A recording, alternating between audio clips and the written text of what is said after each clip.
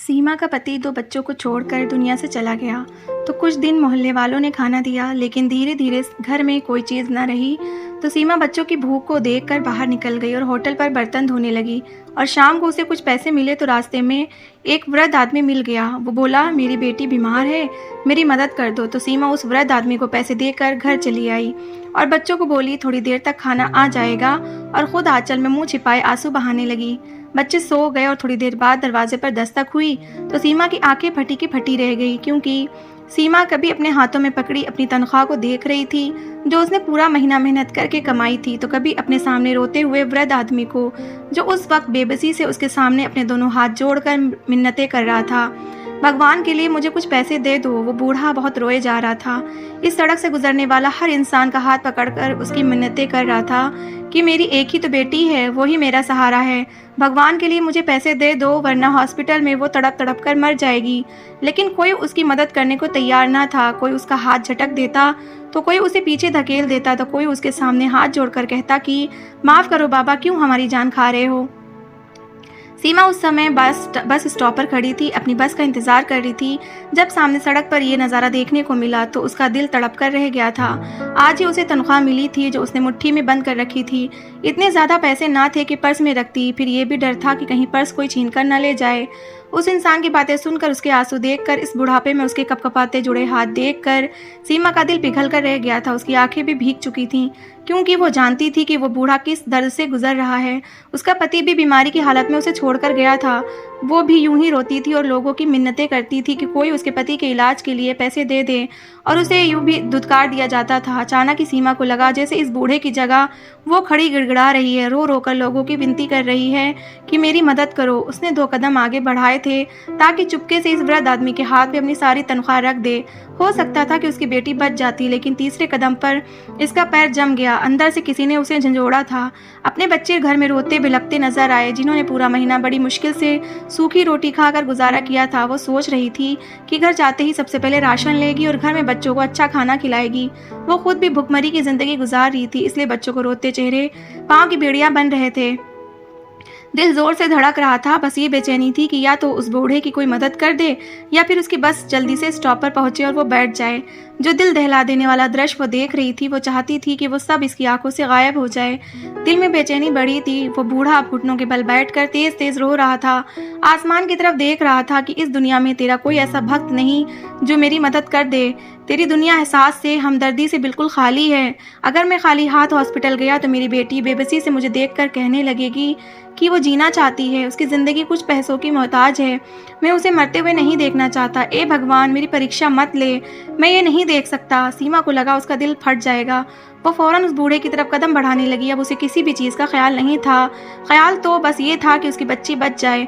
वो फौरन road cross करके वृद्ध आदमी के पास पहुंची, अपनी तनख्वाह उसके हाथ में रख दी। उस इंसान ने एक नज़र सीमा की तरफ देखा और दूसरी तरफ हाथ में पकड़े हजारों के कई नोट देखकर उस बूढ़े ने तो शुक्र भरी निगाह से सीमा की तरफ देखा, उसके सर पर हाथ रखा और कहने लगा, भगवान तुम्हारी सारी परेशानियां और मुश्किलों को दूर कर दे। बेटा, तूने रोते हुए बाप के आंसुओं को पोंछा है, देखना भगवान तेरे दिन कैसे बदल देगा। वो रोते हुए सीमा को दुआ दे रहा था। सीमा वहां से पलट गई, साथ ही उसकी बस भी आ चुकी थी। खामोशी से जाकर बस के अंदर बैठ गई। अब ये सोच रही थी कि घर जाकर बच्चों को क्या जवाब देगी, जो कई दिन से इस उम्मीद पर थे कि माँ को तनख्वाह मिलेगी तो पेट भरकर खाना खाएंगे, और जब माँ का खाली हाथ देखेंगे तो क्या जवाब देगी उन्हें, किस तरह से बहलाएगी। 1 महीना और सब्र कर लो। फिर ये सोचने लगी कि इस महीने वो कैसे गुजारा करेगी। पैसों की शक्ल तो फिर पूरे 1 महीने बाद उसे देखने को मिलेगी। अब तो मोहल्ले का दुकानदार भी उसे राशन देने से साफ इनकार कर रहा था। कह रहा था कि पहले मुझे पिछले पैसे दो, फिर बात करना। सीमा की आंखों से आंसू छलकने लगे थे। सब कुछ याद आने लगा। फिर इसका पति जब कमाता था तो उसके घर में किसी चीज़ की कोई कमी ना थी। बच्चे अच्छे स्कूलों में पढ़ते थे। वो बहुत अमीर ना थे तो गरीबी भी ना थी। अच्छा खासा खाते पीते थे। उसके 2 बच्चे थे, दोनों बेटे थे, और वो भी जुड़वा। दोनों की उम्र 9 साल थी। लेकिन पति की बीमारी में तो उसने घर की हर कीमती चीज़ बेच दी थी। बस एक सर छुपाने के लिए घर बचा था। वो अपने गहने, घर का कीमती सामान सब कुछ बेचकर अपने पति पर लगा चुकी थी। जब पैसे खत्म होने के बावजूद भी पति ठीक ना हुआ तो इसने लोगों की विनतियां करना शुरू कर दी, लेकिन उस वक्त इसे अपनों का असली रूप नजर आया था। सब ने इसे पैसे देने से इनकार कर दिया था। सबके घरों में वो जाकर मिन्नतें कर चुकी थी, बार बार कहती कि मेरी मदद कर दो, लेकिन किसी ने भी उसकी मदद नहीं की। पति की मृत्यु के बाद कुछ दिन तो मोहल्ले वालों ने उसकी मदद की थी। कोई उसको हाथों पर कुछ नोट रख जाता, कोई घर में राशन डाल जाता, तो कोई पका हुआ खाना दे जाता। ये भी इनका एहसान था कि कुछ दिन उन्होंने सीमा को संभाला था और तसल्लियां भी दी थी। धीरे धीरे सभी उसे भूलने लगे थे। वो भी कब तक किसी के सहारे घर पर बैठ सकती थी। महीना गुजरा था कि बच्चों ने स्कूल जाने की जिद की, लेकिन उसके पास स्कूल में देने के लिए फीस ना थी। उसे याद आने लगा कि उसके दोनों बेटे फर्स्ट पोजीशन लाते थे, इसलिए उनके साथ स्कूल चली गई कि शायद स्कूल वाले इन्हें फ्री में पढ़ाने के लिए तैयार हो जाएं। जब ये बात सीमा ने बच्चों के स्कूल के प्रिंसिपल से कही तो उनके माथे पर त्योरी सी चढ़ गई। कहने लगी, हमने अनाथालय नहीं खोल रखा है जो बच्चों को फ्री में शिक्षा दिलवाएंगे, ये वैसे भी प्राइवेट स्कूल है। सीमा कहने लगी कि जैसे ही उसकी कहीं नौकरी लग गई तो वो बच्चों की फीस इकट्ठी भर देगी, लेकिन भगवान के लिए बच्चों का साल मत खराब करें। मैडम ने कहा कि नहीं, वो इस तरह से अगर बच्चों पर तरस करने लगी तो आधे से ज़्यादा स्कूल के बच्चे तो फ्री में पढ़ने के लिए कहेंगे। उन्होंने साफ कह दिया कि ऐसा करें, अपने बच्चों को गवर्नमेंट स्कूल में डाल दें, वहाँ पढ़ाई फ्री है। सीमा बच्चों को जब वापस लाई तो यही सोच चुकी थी कि बच्चों को गवर्नमेंट स्कूल में डाल देगी, लेकिन इन्हें शिक्षा ज़रूर दिलवाएगी। अगले ही दिन उसने अपने दोनों बेटों को गवर्नमेंट स्कूल में दाखिल करवा दिया और वो दूसरों के घरों में कामकाज करने लगी ताकि बच्चों का पेट पाल सके। लेकिन वो पैसे पूरे नहीं होते थे, इनसे तो बस वो आटा ही खरीद सकती थी। कभी थोड़ी सी शक्कर और तेल ले आती और बच्चों को पराठे के ऊपर शक्कर डालकर दे देती। लेकिन एक दिन जब दोनों बच्चे स्कूल से घर आए तो रो रहे थे। सीमा ने कारण पूछा तो उन्होंने अपने हाथ आगे कर दिए। दोनों के हाथ लाल हो रहे थे। कहने लगे कि टीचर ने बहुत जोर से डंडा मारा है। कहते हैं कि इतने दिन से तुम लोग स्कूल आ रहे हो, तुम लोगों ने यूनिफॉर्म क्यों नहीं खरीदा। ये कहकर एक बेटे ने अपनी शर्ट उतारी तो सीमा का तो दिल दहल ही गया था। पूरी कमर पर डंडों के निशान थे। कहने लगा, माँ, हमें इस स्कूल में नहीं पढ़ना, यहाँ के टीचर बहुत सख्त हैं, बात बार पर बहुत मारते हैं।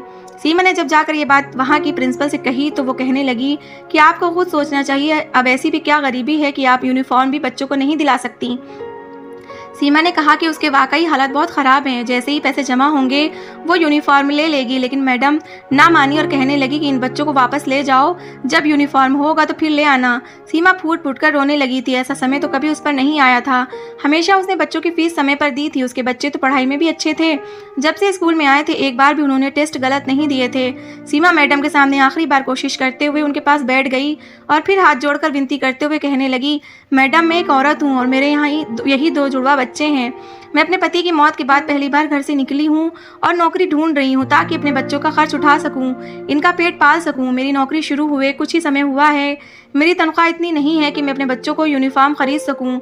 भगवान के लिए मेरी हालत पर तरस खा और मेरे बच्चों को स्कूल में पढ़ने की अनुमति दे दो। फीस ना दे पाने की वजह से ही तो मैंने इन्हें प्राइवेट स्कूल से निकलवा कर यहाँ दाखिल करवाया है। अब आप मेरे बच्चों के साथ ऐसा बर्ताव रखेंगी तो ये शिक्षित नहीं हो पाएंगे और ज़िंदगी में कभी भी आगे नहीं बढ़ पाएंगे। प्रिंसिपल सारी बात सुनने के बाद एक अजीब सी नज़र सीमा पर डालकर कहने लगी कि देखो, मैं यहाँ पर तुम्हारी परेशानियाँ सुनने के लिए नहीं बैठी। हमारे भी कुछ कानून हैं जिनको हमें अपनाना होता है। तुम अपने बच्चों को अपने साथ घर ले जाओ, जब पैसे हुए, यूनिफॉर्म बन गया तो दाखिल करवा देना। जब मैंने उनकी बात सुनी तो अपनी दोनों बच्चों को सीने से लगाया और उदासी भरी नज़र प्रिंसिपल पर डालती हुई स्कूल से बाहर निकल आई। बच्चे भी बहुत परेशान थे। माँ से सवाल कर रहे थे कि अब हम क्या कभी नहीं पढ़ेंगे? क्या आप हमारा एडमिशन किसी और स्कूल में करवाएंगी? क्या होता माँ जो हमारे पास पैसे होते और हम भी नया यूनिफॉर्म पहन कर जाते? पहले ही पढ़ाई में इतना लॉस हो गया और अब और न जाने कब हमारे यूनिफॉर्म बनेंगे। बच्चों की बातें सुनकर तो सीमा की हालत और ज़्यादा ख़राब होती जा रही थी। वो घर आई और बच्चों को तसल्ली देते हुए कहने लगी कि तुम लोग चिंता मत करो, मैं कोई और काम ढूंढती हूँ ताकि ज़्यादा पैसे कमा सकूँ और तुम लोगों का यूनिफॉर्म भी आ जाए। अगले दिन सीमा और घरों में जाने लगी और काम मांगने लगी, मगर किसी ने भी उसे ना रखा था और ना ही किसी को नौकरानी की ज़रूरत थी। सारा दिन भटकने के बाद वो वापस घर लौटी तो बच्चे पूरी उम्मीद से माँ को देखने लगे, मगर वो खाली हाथ थी। कई दिन तक तो वो नौकरी ढूंढती रही और आखिर वो एक दिन अपने मोहल्ले से निकलकर शहर की तरफ चली आई। उसे एक होटल नजर आया था जहाँ पर 12-13 साल का लड़का बर्तन मांज रहा था। बर्तन इतने ज़्यादा थे कि वो अकेले धो नहीं पा रहा था। तो सीमा फौरन होटल के मालिक के पास चली गई और जाकर कहने लगी कि साहब जी, मैं गरीब और विधवा औरत हूँ, मुझे काम के लिए रख लो। मैं आपके होटल में झाड़ू पोछा कर दिया करूँगी और बर्तन मांज दिया करूँगी, बदले में मुझे पैसे दे दिया करना। मालिक ने जब उस औरत को देखा तो पहले तो फौरन इनकार कर दिया। कहने लगा कि नहीं नहीं, मैं किसी औरत को यहाँ पर काम करने के लिए नहीं रख सकता। यहाँ पर काम करने वाले नौकर सभी मर्द हैं। फिर कल को कोई ऊंच नीच हो गई तो बात मुझ पर आएगी। सीमा फौरन हाथ जोड़कर रोने लगी और कहने लगी कि मैं पूरी तरह घूंघट में रहकर सारा काम करूंगी। भगवान के लिए मेरी हालत पर रहम करो। मेरे बच्चे भूखे हैं, मुझे काम की ज़रूरत है उसके आंसू देखकर मालिक का दिल पिघल गया तो मजबूरन उसे सीमा को अपने होटल पर बर्तन मांजने के लिए रखना पड़ा। सीमा की तो खुशी की सीमा ना रही थी। वो इंसान सीमा को ज्यादा ही पैसे दे रहा था। सीमा खुश थी कि इस महीने की तनख्वाह से वो अपने बच्चों का यूनिफॉर्म तो ले लेगी। सुबह से शाम तक उसे यहीं पर काम करना था। जो खाना बासी हो जाता वो मालिक सीमा को दे दिया करता। जिस मोहल्ले में वो रहती थी वहां पर यह खबर फैलने लगी कि सीमा तो होटल पर जाकर मर्दों के घर साथ काम करती है और वहां पर बर्तन धोती है। कई लोग बातें बनाने लगे और सीमा को भला बुरा कहने लगे। कई गांव की औरतें सीमा के घर भी आईं और कहने लगी कि ये क्या तरीका तुमने निकाला है, क्या तुम्हें पति की इज्जत की जरा भी परवाह नहीं? ये कहाँ होटलों में जाकर तुम काम करती फिर रही हो या कोई और जगह नहीं मिली थी? सीमा ने ये सुना तो हैरत में पड़ गई। वो पहले तो चुप रही, मगर जब लोग हद से ज्यादा बढ़ने लगे तो वो फट पड़ी, रोने लगी, कहने लगी कि मैं कब तक तुम लोगों के सामने हाथ फैलाती रहूंगी? कब तक मैं तुम लोगों के दरवाजे पर नजर जमाए रखूंगी कि कोई आए हमें आटा सब्जी लेकर दे? तुम लोग तो अपने घरों में खुश होकर अपनी जिंदगी गुजार रहे हो, मगर मेरा और मेरे बच्चों का क्या हम भूखे रहकर मर जाएं? मोहल्ले का परचून वाला जो हर तरफ ये अफवाहें फैला रहा है कि मैं होटल पर काम करती हूँ, क्या आपने इससे पूछा है कि इसने मुझे आखिरी बार सौदा कब दिया था? जब भी कोई चीज लेने जाओ तो ये कहकर इनकार कर देता है कि पहले पुराना उधार चुका दो तभी और चीजें मिलेंगी। जब आप सब लोगों ने हमसे हाथ खींच लिया है तो मुझे कुछ ना कुछ तो करना था ना, मगर पल्ला तो गांव वालों का ही भारी था। वो सीमा को ही बुरा भला समझने लगे और उस पर दबाव डालने लगे कि वो ये मोहल्ला छोड़कर चली जाए। हम घर से बाहर निकलकर काम करने वाली औरतों को अच्छा नहीं समझते। बड़ी मुश्किल से सीमा ने लोगों के ताने सुने थे और इसके बावजूद डट कर खड़ी रही, क्योंकि वो जानती थी कि वो गलत नहीं है। जो वो कर रही है वो अपने बेटों का पेट पालने के लिए कर रही है। लोगों का क्या है, आज सीमा के पीछे पड़े थे, कल किसी और के पीछे पड़ जाएंगे।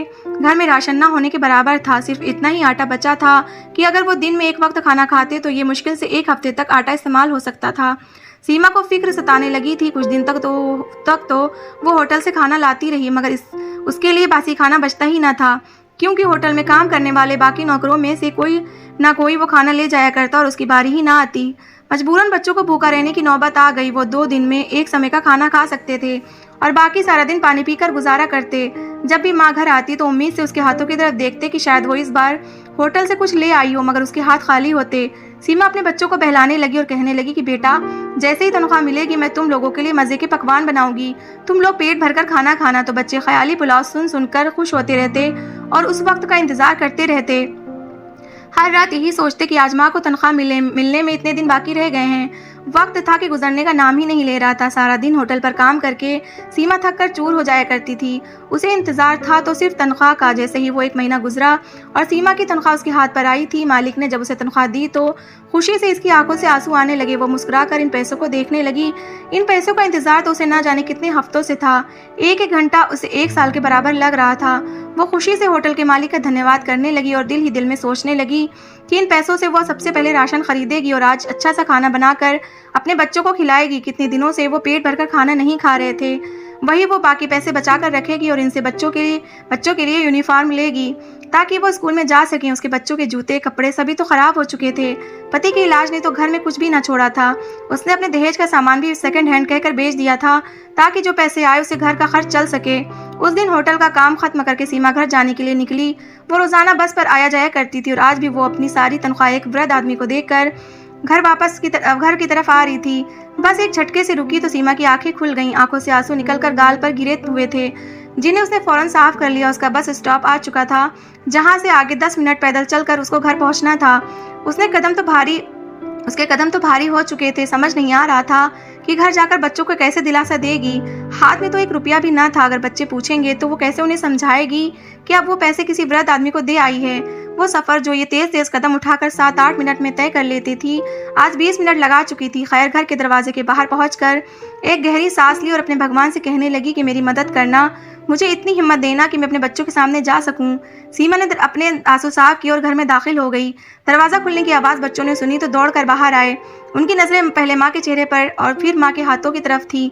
उन्हें तो पता था कि आज माँ को तनख्वाह मिलेगी और सीमा भी सुबह उन्हें कहकर गई थी कि वो उनके लिए बहुत सी चीजें लेकर आएगी। आज वो लोग पेट भरकर खाना खाएंगे। बच्चों ने माँ को खाली हाथ देखा तो सवाल करने लगे कि माँ, क्या आज भी आपको तनख्वाह नहीं मिली? आप राशन नहीं लाई? ये बातें सुनकर सीमा फौरन मुस्कुराई और कहने लगी कि नहीं बेटा, मैंने कह दिया है थोड़ी देर तक सारा खाना आ जाएगा और तुम लोग बैठो, बताओ आज सारा दिन क्या किया। इस तरह सीमा अपने बच्चों को बातों में उलझा चुकी थी। बेटों के होठ सूख चुके थे, कमजोरी से चेहरे पीले पड़ चुके थे, मगर इसके बावजूद खाने के इंतजार से तो जैसे इन्हें एक नई ताकत मिल गई थी। वो माँ को अपने सारे दिन का हाल बताने लगे। काफ़ी देर हो चुकी थी मगर अभी तक खाना नहीं आया था। बच्चे बार बार दरवाजे की तरफ देख रहे थे और बच्चे सीमा से कहते कि माँ खाना कब आएगा, बहुत भूख लगी है। सीमा उन्हें एक बार फिर झूठा दिलासा दे जाती। सीमा आंचल में मुंह छिपाए रो रही थी कि अब सारा महीना वो कैसे बच्चों को यूं खाने के लिए तरसता देखेगी। इसके बच्चे पानी पी पीकर अपने पेट में उठते दर्द को कम करने की कोशिश में लगे थे। कमजोरी इतनी ज्यादा थी कि फिर दोनों बच्चे माँ की गोद में सर रखे हुए खाने के इंतजार में सो गए। उस पर बच्चों को यूं तरसता देखकर सीमा की सिसकियां निकली थीं। उसने गहरी सांस ली और आसमान की तरफ देखा था कि तभी दरवाजे पर दस्तक हुई। इस वक्त उसके दरवाजे पर कौन आ सकता था? सीमा उठी और दरवाजे तक आई। जैसे ही दरवाजा खोला तो सामने वही वृद्ध आदमी खड़े थे जो वहां बस स्टॉप पर थे। सीमा को देखकर उनके चेहरे पर मुस्कुराहट आई और कहने लगे कि बेटी, मैं तुम्हें कब से ढूंढता हुआ आ रहा था। भगवान का शुक्र है कि तुम्हारा घर मिल गया। सीमा ने जब ये सुना तो वो फौरन उस बूढ़े को देखने लगी और घर में आने को कहा। वो वृद्ध आदमी घर में आए तो सीमा ने पानी का गिलास उनके सामने किया। वो वृद्ध आदमी अपनी जेब से पैसे निकालकर सीमा के हाथ पर रखने लगे तो सीमा हैरत से उनकी तरफ देखने लगी। कहने लगी, ये पैसे आप वापस क्यों कर रहे हैं? इनसे तो आपकी बेटी का इलाज होना था। वो इंसान फौरन सीमा को दुआएं देने लगा और कहने लगा, भगवान भला करे उस बड़े अफसर का जिसने आज अस्पताल का दौरा किया था। जब उसने मेरी मासूम बच्ची को दर्द से तड़पता देखा तो उसका दिल पिघल गया। वो कहने लगा कि वो मेरी बच्ची और जैसे अस्पताल में दाखिल बच्चों का इलाज अपने खर्च पर करवाएगा। इस तरह जो तुमने पैसे दिए थे वो बच गए। तुम भी मुझे ज़रूरतमंद लग रही थी बेटा, इसलिए मैं तुम्हें ढूंढता ढूंढता यहाँ तक वापस आ गया। सीमा ने जब ये सुना तो उसकी आंखों में आंसू आ गए। बूढ़ा पैसे देकर वहां से चला गया और सीमा इन पैसों को वापस अपने पास देख कर रोने लगी थी। किस तरह सभी परेशानियां हल हो जाती हैं, साइमा सोच भी नहीं सकती थी कि वो कितनी बड़ी परीक्षा पर पूरी उतरी थी। वो फौरन घर से बाहर निकल गई और राशन लेकर आई। उसने खाना बनाना शुरू किया तो अच्छे पकवान की खुशबू सूंघकर बच्चे नींद से उठ गए। माँ को खुशी खुशी खाना बनाते देखा तो उनकी आंखों खुशी का ठिकाना नहीं रहा। कुछ देर बाद तीनों ने पेट भर कर खाना खाया था और सीमा भगवान का धन्यवाद करती रह गई। ये उसकी परीक्षा थी जिसमें वो पूरी उतर चुकी थी और भगवान की तरफ से उसे आशीर्वाद मिल चुका था। कुछ ही हफ्तों बाद होटल में बावर्ची काम छोड़कर चला गया तो मालिक ने सीमा से खाना बनाने को कहा। सीमा का खाना इतना स्वादिष्ट था कि मालिक उसी से ही खाना बनवाने लगा और सीमा बंद कमरे में रहकर खाना बनाने लगी और उसकी तनख्वाह भी बढ़ गई थी। ये सीमा की परीक्षा के दिन थे जो भगवान उससे ले रहा था और सीमा इस परीक्षा में पास हो गई थी तो भगवान उसके लिए खुशी के सारे दरवाजे खोल दिए थे। तो दोस्तों, कैसी लगी आपको मेरी कहानी? अगर कहानी अच्छी लगी है तो प्लीज़ इसे लाइक करिएगा, शेयर करिएगा और अपनी राय कमेंट बॉक्स में ज़रूर दीजिएगा। और मेरी अच्छी अच्छी कहानियाँ सुनने के लिए मेरा चैनल सब्सक्राइब करिएगा। Thanks for watching.